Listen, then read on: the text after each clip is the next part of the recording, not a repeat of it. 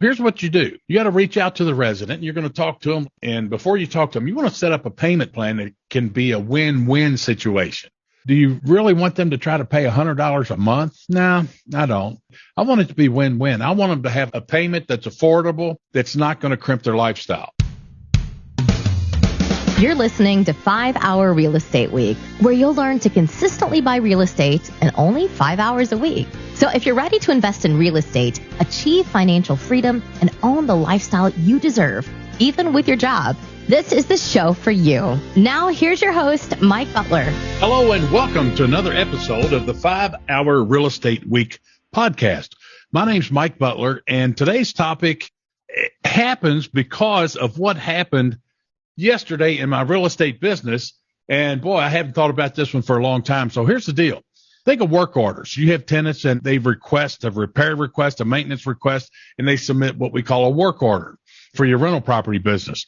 Now, imagine this, a simple proven tip that I use to get paid for these tenant caused repairs while they're living in your rental unit. So for starters here's what happened to me on Sunday evening. We get a work order request through our website, and the tenant says that their toilet is stopped up and it won't flush. It's running over. Okay, so that's fine. They're a good tenant. They're A quality tenant. We score them A, B, C, or F. And so we schedule a work order, send our in-house handy person out there to unstop the toilet.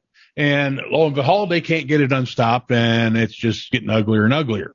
And actually, it did get better. He unstopped it. He flushed water. But I don't know how else to do this without being rude and crude. But that tenant called back around lunchtime or so and said, hey, it's doing it again. Okay, so a sidebar, when she takes a dump or anybody there takes a dump, well, then it won't flush and it backs up. So that's what was happening. So I had a suspicion about what I suspected it might be based on something that happened to me back in 1992. Okay. And so think about this. If you've read my book, Landlording on Autopilot, if you haven't, get it. Okay. But, Landlording on Autopilot, you can get it on Amazon, get it at my website if you want one personally autographed as a gift or a door prize or something like that. But anyway, we had a tenant who based her, long story short, she dumped her bean soup in the toilet. And inside the bean soup, she didn't pay attention. There was a big ham hock bone. Well, the ham hock bone gets wedged in the toilet, and you ought to be able to figure out the rest of it there. So she had to pay for that. Anyway, so this tenant calls back after our guy flushes it with just water going through it, and it works fine. But if they do a number two, it stopped up again. So we send our plumber out there this time because we've already had our in-house handyman scheduled for other work orders. So our plumber goes out there, and he couldn't get it unstopped. So he removed the toilet and set it in the bathtub or took it outside and reached up in there with his little camera or whatever the heck it was. And he saw something in there and he tried to get it out, pushing and this and that. Well, long story short, a Sure, S-U-R-E, deodorant stick, bar, whatever it is that people use for deodorant, that whole, whatever that is, thing that you buy at the grocery store, a Sure deodorant stick. I guess that's what I'm going to call it. That's what he found up inside there. But as he was trying to get it out, boom, it cracked the toilet and the toilet broke. Okay, that's not the plumber's fault. And so the plumber, get this, does what he's been trained to do, but before they come on board in my company, anything, so your licensed trade, for example, HVAC, furnace air conditioning, licensed plumbers, licensed electricians, whoever else has a licensed trade. Okay, if they go there, if we send them a work order to do, and whatever it is that they find, if they see that it's tenant caused, the tenant caused this damage or needing to be repaired, they take a picture of it and send it to us, okay, along with their bill. So I actually got photographs of this yesterday evening, and sure enough, boom, it cracked, blew it open, and you could see the Sure deodorant stick there. Now, the tenant watches them take a picture of it. So now we're going to get a bill. Okay, I don't know what his bill's going to be, but that's a tenant caused repair, right? So here's how we're going to make this work. And I'm going to try to be short with this because this is a podcast and not a webinar like our power lunches are every Tuesday at noon. So let's say he sends a bill. The one that goes back to 1992 was like $400. I'm probably going to get a bill for about $500. Okay. So let's say $500 is his bill just for learning purposes. Okay. Well, remember, we sent our guy out there early that morning. Okay. Well, we charge tenants, if they miss a scheduled appointment, we charge them $85 for a service call. But anyway, so our guy went out there. He couldn't fix it. And so come to find out, it was the Sure deodorant stick. All right. So now we got $500 plus the $85 from the morning work order where our in-house handy person went out there. And so now the tenant owes us $585. So a couple of ways going about this. Well, do you really think, first of all, before I get into the next part, I want you to score this tenant. Okay. We call them residents, but score this resident. Are they A, B, C, or F? A is great. They take care of the place. They pay on time. They're not a problem. That's an A. If they're B, C, or F, well, that kind of speaks for itself. You figure that part out. Now, so this is an A quality tenant, been with us for years. Okay. And she follows everything. She watched the Rent Talk video for the new tenant orientation and just a wonderful tenant. So now we got an issue with a Sure deodorant stick getting flushed or tried to flush it down the toilet and it clogged it all up, blah, blah, blah. So we got $585 she owes. Can she pay the $585 bill next month? Absolutely not. I mean, unless she's got a sugar daddy or something like that. But odds are most of our tenants cannot pay a bill of that amount in one fell swoop next month. Okay. So here's what you do. You got to reach out to the resident. You're going to talk to them like June and Ward Cleaver talks to Beaver and Wally and Eddie Haskell and Larry Lumpy, whoever they are. Okay. And say, hey, and remember now, this resident saw your plumber take a picture of that busted toilet showing that her Sure deodorant in there. Okay. So here's the deal. You want to set up, and before you talk to them, you want to set up a payment plan. If she can't pay the $585, you want to set up a payment plan that can be a win-win situation. So for example, do you really want them to try to pay $100 a month and it crimps their lifestyle? No, I don't. I want it to be win-win. I want them to have a payment that's affordable, that's not going to crimp their lifestyle. And so I did an example here. Let's say $49 a month. Okay. If the tenant says that she can afford $49 a month, ask her that. You're going to have communication with them. And will $49 a month break their bank, cause her a hardship? We don't need that. Okay. But if she says, no, $49, I can handle that. All right. So you would think, okay, $49 a month times 12 payments is $585. We're not doing that. Okay.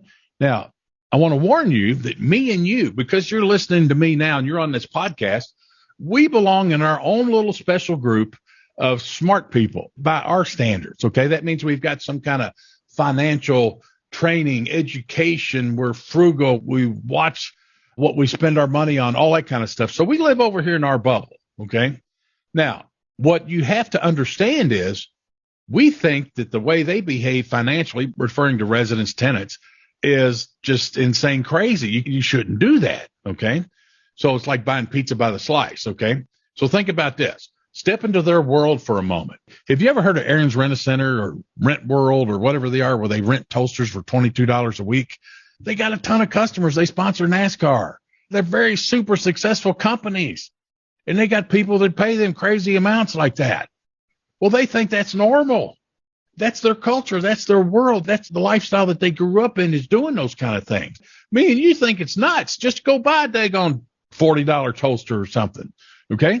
So you got to remember, you got to step over into their world for us to be able to communicate more effectively with them. So anyway, $49 a month, 12 payments would be $585, but we're financing it. So I'm not going to do 12. I'm going to do 14. So 14 times 49, that's $685. And you're financing it. You make a little more and it's easier. Now, if $49 is too much, try this. Try $25 a month. Will we do that for 24 months? No, I'm financing it longer. So I might add on 5 payments. So I might do 29 payments at $25 a month to make that go away. Now, once you have a verbal agreement, ever how you communicate with them, preferably on the phone for something like this, then tell them you're going to send them a payment plan form. And it's basically a promissory note.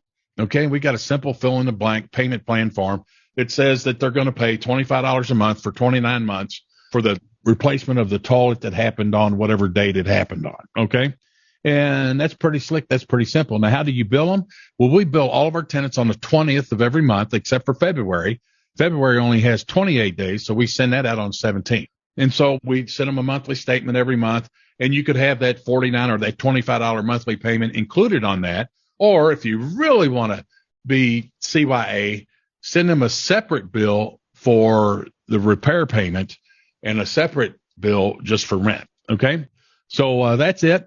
And I need your help, please. Once again, if you like what you're learning here, please click the follow button or the subscribe button. It's somewhere on here. I'm not an expert on podcasts. And please go buy my #1 bestseller book. It's Landlording on Autopilot.